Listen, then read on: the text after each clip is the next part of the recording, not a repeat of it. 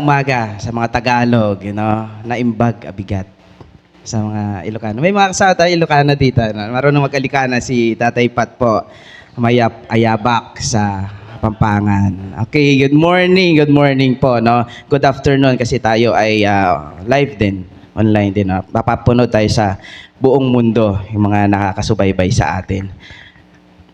Okay, alam ko na tayo ay pinagpala na ng Panginoon.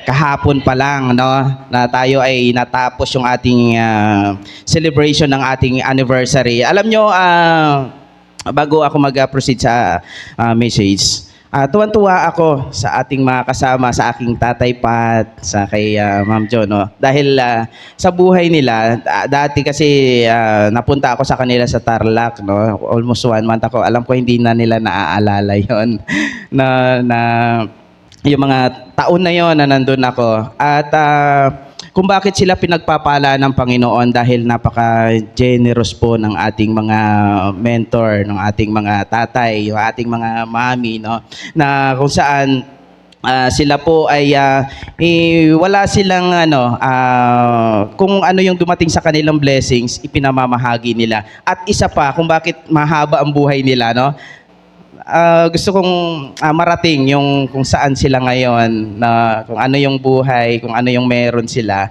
Dahil sabi nga sa Matthew 6:2 to 3, honor your father and your mother, dahil sila ay nag-honor o ginagalang yung kanilang mga magulang. Nakita ko yan dahil nung buhay pa si lolo at si lola.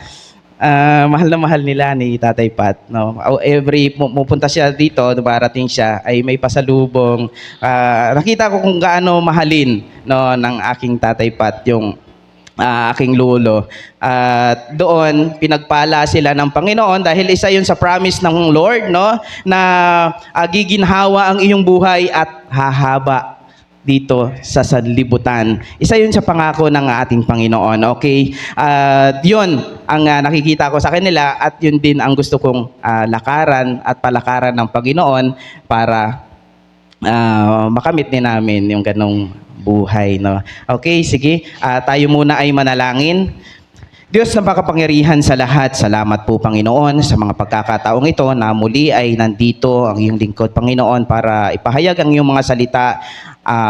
Ikaw Panginoon ang magsalita. Gamitin mo lang ang iyong lingkod para maipahayag ito Panginoon ng tama, o God, at nawa ay makuha Panginoon ng mga makikinig, ng iyong mga anak, ang iyong mga sasabihin sa araw na ito. Sa iyo ko pinagkakatiwala ang lahat ng ito sa pangalan ni Jesus. Amen and amen. Ang sabi nga dito, accept His invitation.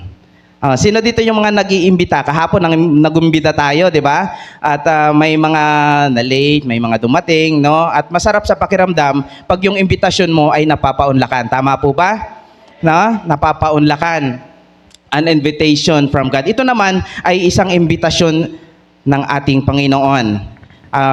Mayroon tayong verse dyan, sa Matthew 11:28. Come to me all who labor and are heavy laden, and I will give you rest. Okay.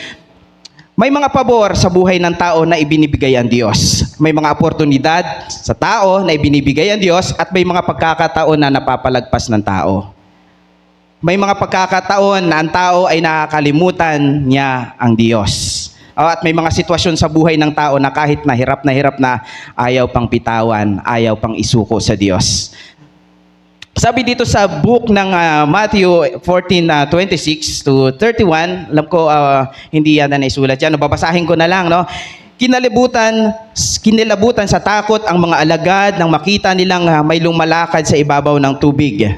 Multo, sigaw nila. Ngunit nagsalita si Jesus at sinabi sa kanila, huwag kayong matakot, ako ito.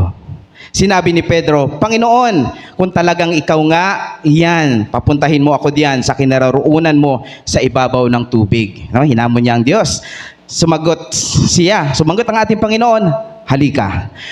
Mula sa bangka ay lumakad si Pedro sa ibabaw ng tubig papunta kay Jesus, ngunit nang mapansin niya na malakas ang hangin, siya'y natakot at nagsimulang lumubog. Panginoon, sagipin ninyo ako, sigaw niya. Agad siyang hinawakan ni Jesus.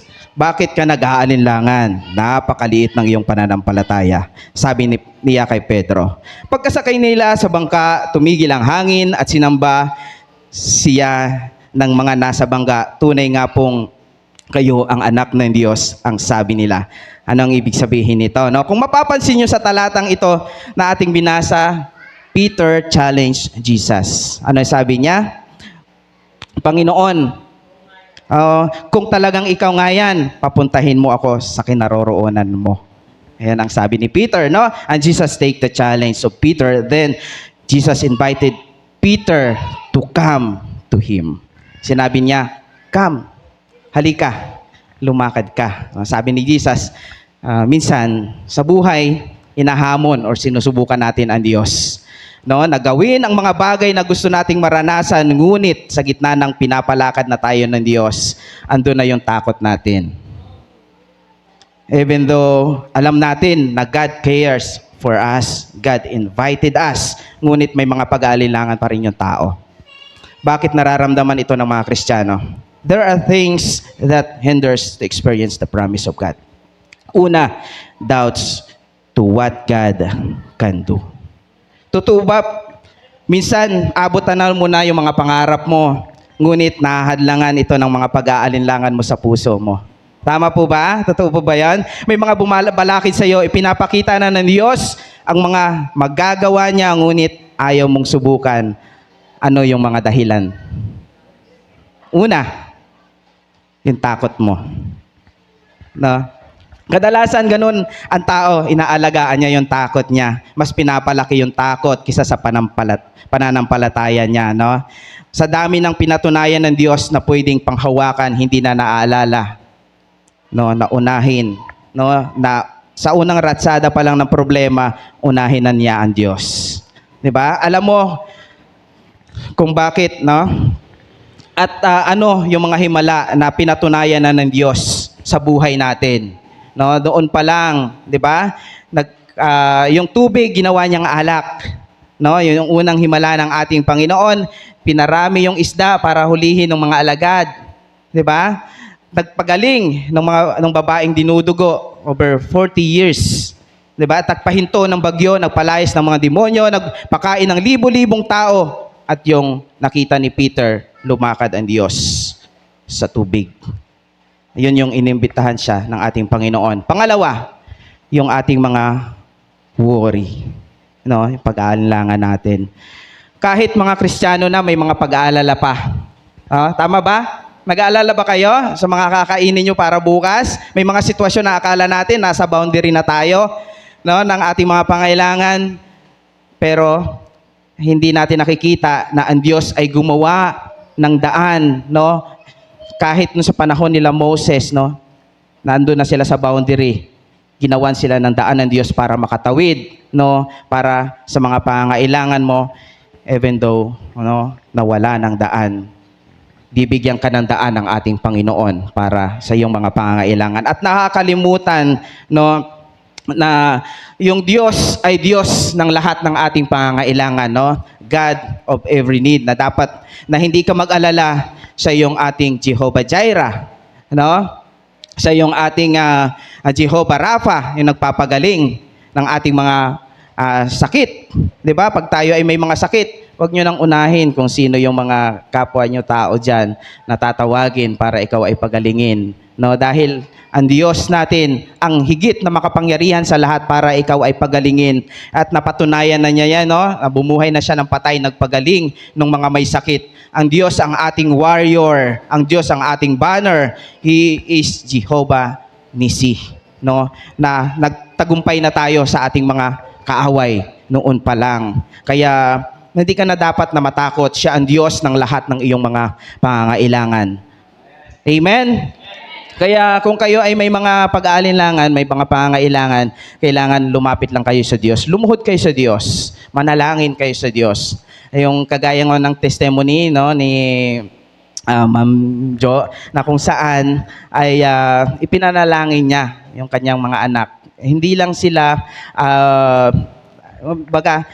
nag-honor sa kanilang mga magulang, kundi sila din ay isang magaling na magulang kung paano nila tinatrato yung kanilang mga anak ng tama, no? Narinig natin yung testimony ni Tatay Pat kahapon, paano siya nag-accept, no, para sa kanyang anak. Dahil kung kalimutan ka man ng mundo, dapat yung mga magulang mo ang yayakap sa iyo.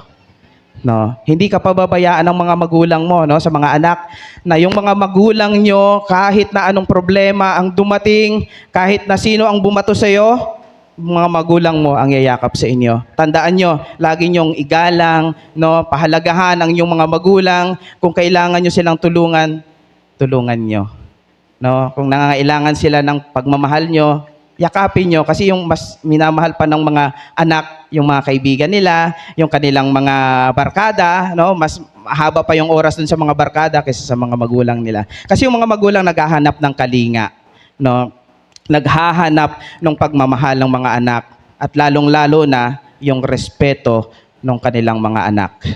Kaya yun ang unang-una nyong tatandaan, na mahalin nyo ang inyong mga magulang, dahil yung pangako ng Diyos ay makakamtan nyo yan pag niminahal nyo ang inyong mga magulang. Nirespeto, in-honor nyo. Okay, pangatlo, balik tayo sa ating topic, no, unfocused. Totoo ba na kapag hindi ka nakapokus sa anumang gawin mo, ano yung makakasalubong mo? Distraction. Tama po ba? No? At hindi magiging maayos ang resulta ng bawat gagawin mo pag hindi ka nakapokus. At dapat na ituon mo lagi ang mata mo, ang puso mo, ang isip mo sa gusto mong maabot. Ituon mo ang puso mo sa Diyos.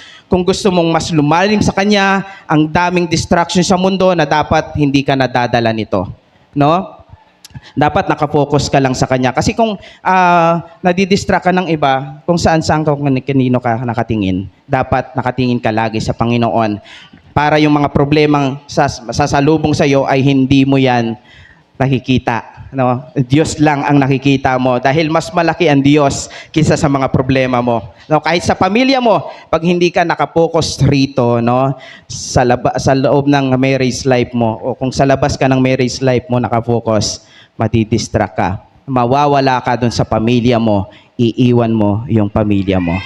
Amen? Kailangan laging nakapokus ka para hindi ka madala ng mundo.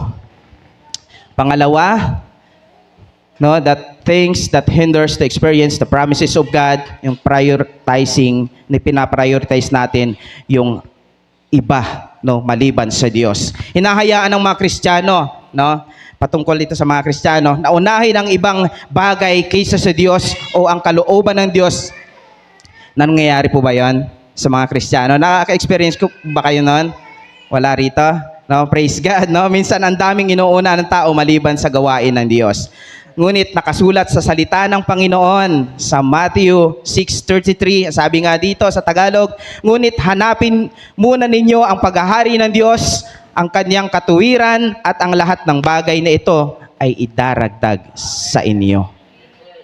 Seek ye first thy kingdom of God and His righteousness, and all these things shall be added unto you. Pangako ng Panginoon yan, no? Na kung saan, pag inuna mo ang Diyos, uunahin ka ng Diyos. Amen?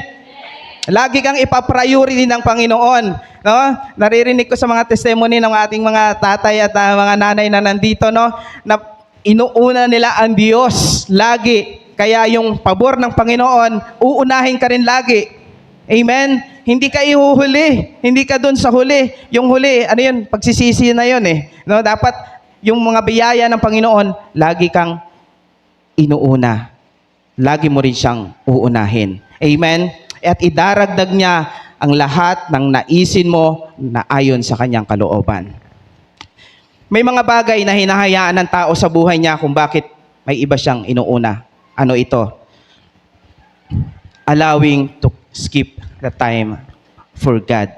Minsan, sa haba ng oras ng pagtatrabaho, sa haba ng oras ng paglalaro, sa dami ng oras ng pamamasyal, at sa paglalaan ng oras sa paglaan ng oras sa ibang bagay, no? Ang daming oras na nasasayang. Yung mga oras, no, dapat na nandun ka sa pananalangin, no, nagpe-pray ka sa Panginoon, pakikipag-usap sa Panginoon, personal devotion sa Panginoon, dapat nilalaan mo yung oras para sa quiet time mo, yung pagsamba sa Diyos, nakukuha mong gamitin sa ibang bagay. Nakukuha na gamitin sa kung saan-saan, no, na ipagpapaliban ang para sa Diyos na dapat ay naibabalik ang pasasalamat sa Panginoon.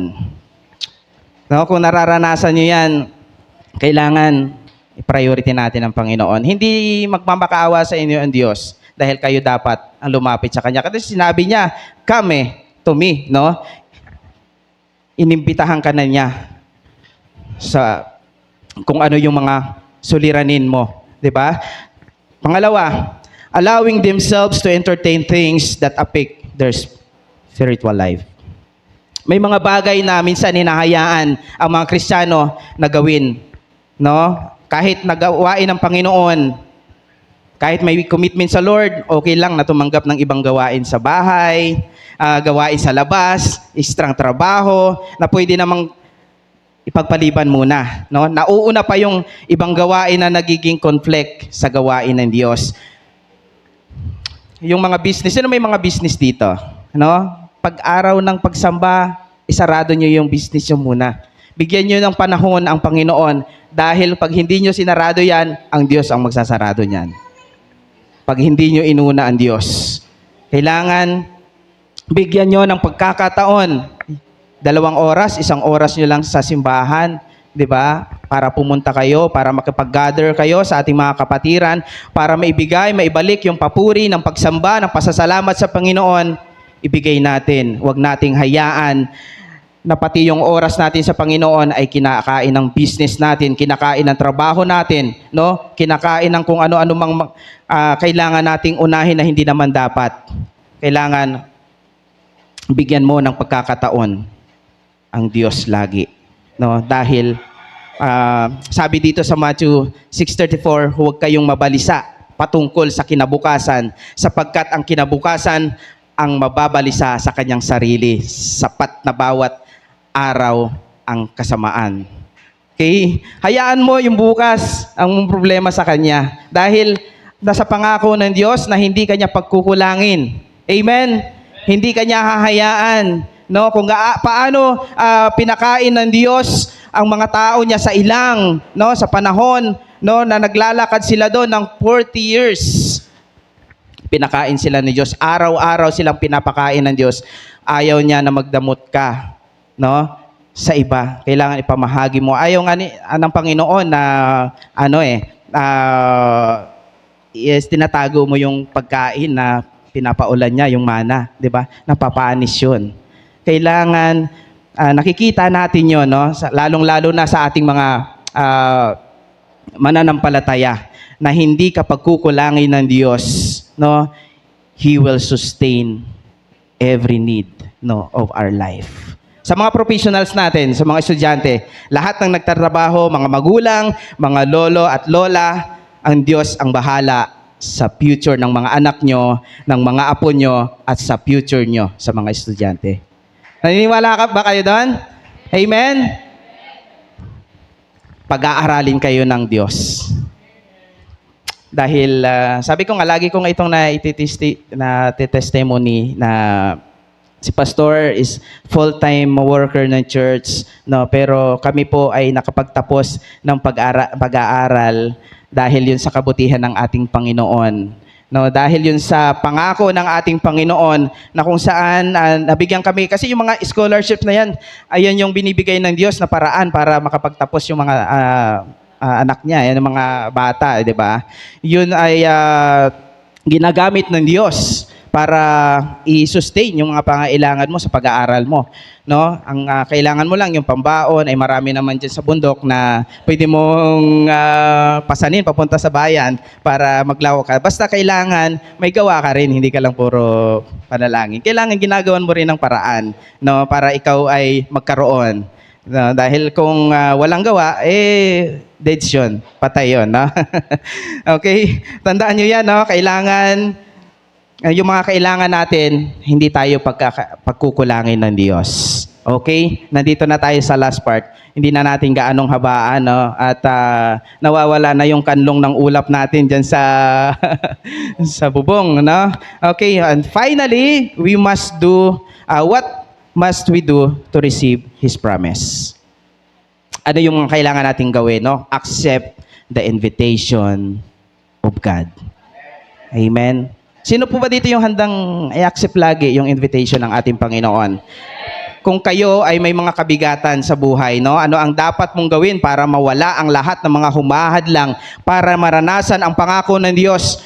Paunlakan mo ang imbitasyon ng ating Panginoon. Ano ang sabi niya kay Peter? Come, halika, no?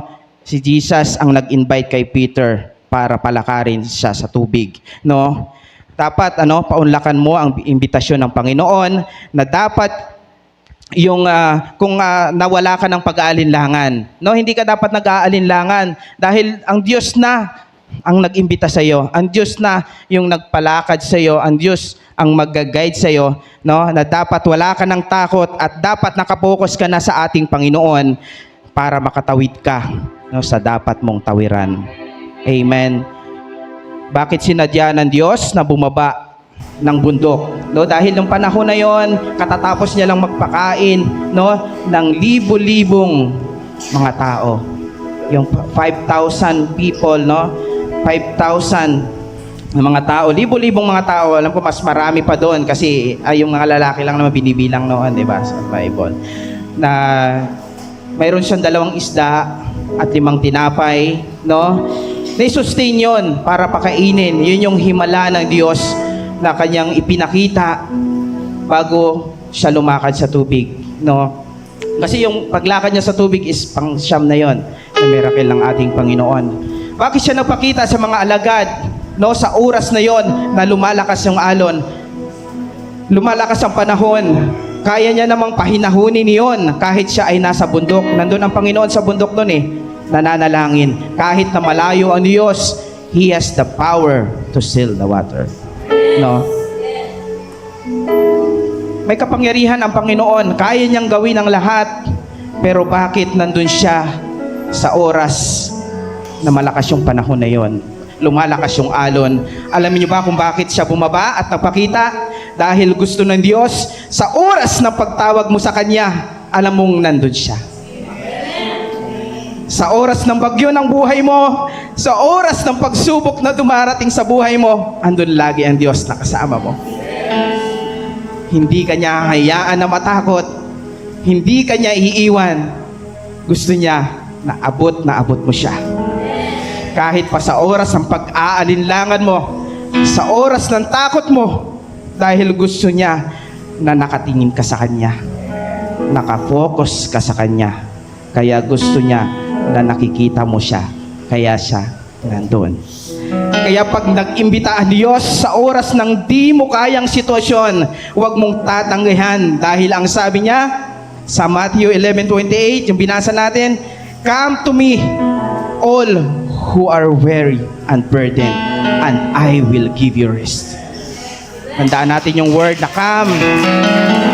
Iniimbitahan ka ng Panginoon. Sino yon? All of you. Walang tinatangi para sa lahat yon.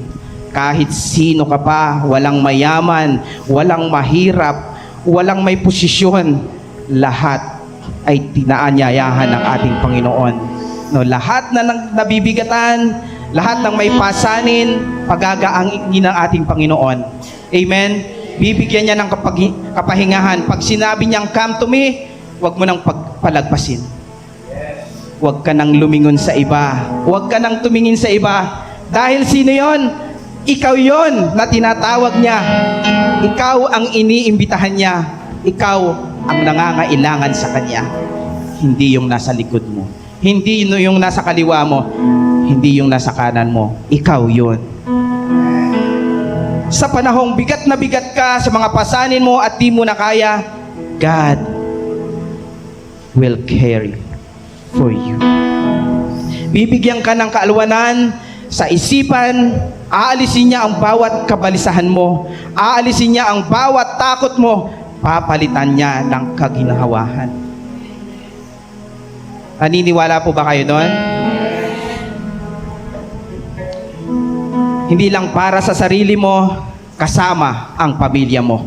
Lahat ng meron ka sa buhay mo, isasama ng Diyos na bibigyan niya ng kagaanan at ikaw ang magiging daluyan, ikaw ang magdadala ng maayos na daloy ng pagpapala dahil pinaunlakan mo ang imbitasyon ng ating Panginoon sa buhay mo at sa paglilingkod mo. Kaya ipagkatiwala mo ang lahat sa Kanya. Kung mayroon mang nawawasak na pamilya, alam nyo, bubuin ng Panginoon yan. Bibigyan ng Panginoon yan ng maayos na relasyon ang bawat pamilya. Kung may mga nagkakagalit man ng mga anak at magulang, bibigyan ng kaayusan ng Diyos ang relasyon nyo ng magulang nyo at yung mga anak nyo.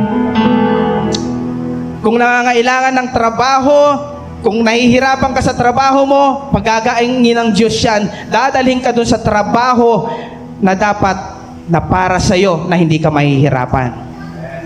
Nag-aantay ka ng sagot ng Panginoon, paunlakan mo muna ang kanyang imbitasyon. Dahil ang Diyos ang bahala sa lahat ng iyong mga pangangailangan, sa lahat ng iyong mga suliranin, ang Diyos ang tutugon dahil Siya ang may-ari ng lahat. Siya ang makapangyarihang Panginoon. Siya ang makapangyarihang Diyos na kailanman ay hindi nagkulang. Diba? Napakapalad natin pag tayo ay inimbitahan ng Panginoon. No? Napakapalad natin pag ang Diyos ang nagsabing, "Come to me." Laging bukas ang pintuan. Laging bukas yung aking mga kamay para kayakapin ka, para bigyan ka ng kaalawanan, para bigyan ka ng kagaanan. Napakabuti ng ating Panginoon. Ayong lahat nga po ay tumayo, pasalamatan natin ang Diyos. Awitin natin itong isang awit na napakabuti mo dahil tinugunan ng Panginoon yung ating mga pinanalangin sa Kanya. Hallelujah.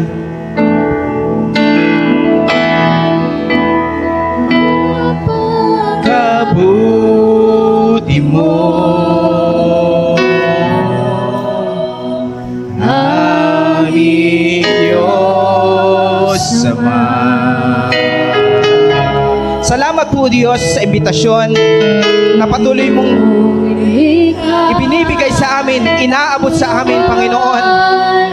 Nasa mga tao mo na lamang, O Diyos, kung kailan nila ito tatanggapin, kung kailan nila pauunlakan, Panginoon. Ngunit Ikaw ang Diyos na laging nag-i-invite, O God, sa iyong mga anak na nahihirapan, nabibigatan. May mga pasanin at may mga relasyong hindi mabuo-buo. May mga pamilyang nawawasak. May mga relasyong hindi okay, Panginoon. Ngunit Ikaw ang Diyos na laging nagsasabing, "Come to me, all who are weary and burdened, and I will give you rest." Ikaw ang magbubuo lagi, Panginoon. Tunay ang napakabuti mo, Diyos. Dahil kailan pa lang ay pinangahawakan na namin ang iyong mga pangako. At noon pa man, Panginoon, lagi, Panginoon, ay pinapakita mo kung sino ka noon, Panginoon, sa panahon ni Abraham, sa panahon ni Isaac, sa panahon ni Jacob, sa panahon ni Joseph, sa panahon ni Moses, O God, sa panahon ng lahat ng tao, Panginoon, nagkamali noon. Ngunit patuloy mo, Panginoon, pinapatawad at nagpapala, O Diyos. Ay napakabuti mo sa kanila, Panginoon. Even David, O God, Lord, patuloy mo siya, Panginoon, minahal. Salamat po, Diyos, sa pagkalinga, pagmamahal, at patuloy na pagyakap sa tuwing kami, Panginoon, ay may suliranin. Sa tuwing kami ay may mga problema, O God. Ikaw ang Diyos na laging tumatayo sa amin. Ikaw ang Diyos na lagi naming dapat tingnan, Panginoon. Tinataas ka namin, O Diyos. Napakabuti mo, Panginoon.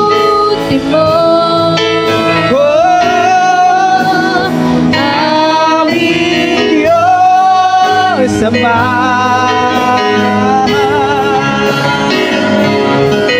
ang iyong likha't luluwalhati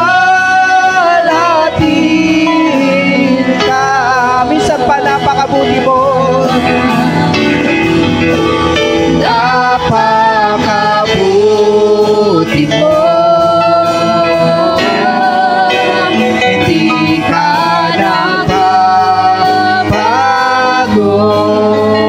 Salamat po, Diyos. Noon, ngayon, kailan pa man sa buhay ko tapat. Lahat, Panginoon, ng may karamdaman ay pagagalingin mo, kagaya ng iyong pangako, Panginoon. Ikaw ang Diyos ng lahat ng aming mga pangailangan. You are the God, Panginoon. You are Jehovah Rapha. Lahat, O Diyos, ng nakatayo sa harapan mo, Panginoon, ay pagagalingin mo. Ibibigay mo ang kanilang mga pangailangan. You are Jehovah Jireh, O God. At tagumpay na kami, Panginoon, sa aming paglilingkod sa iyo. You are Jehovah Nissi, our Father, O God. Salamat po, Diyos. Thank you so much, O God. Thank you so much, Panginoon. Napakabuti mo. Napakabuti mo, O Diyos. Hallelujah. Di ka nagbabago.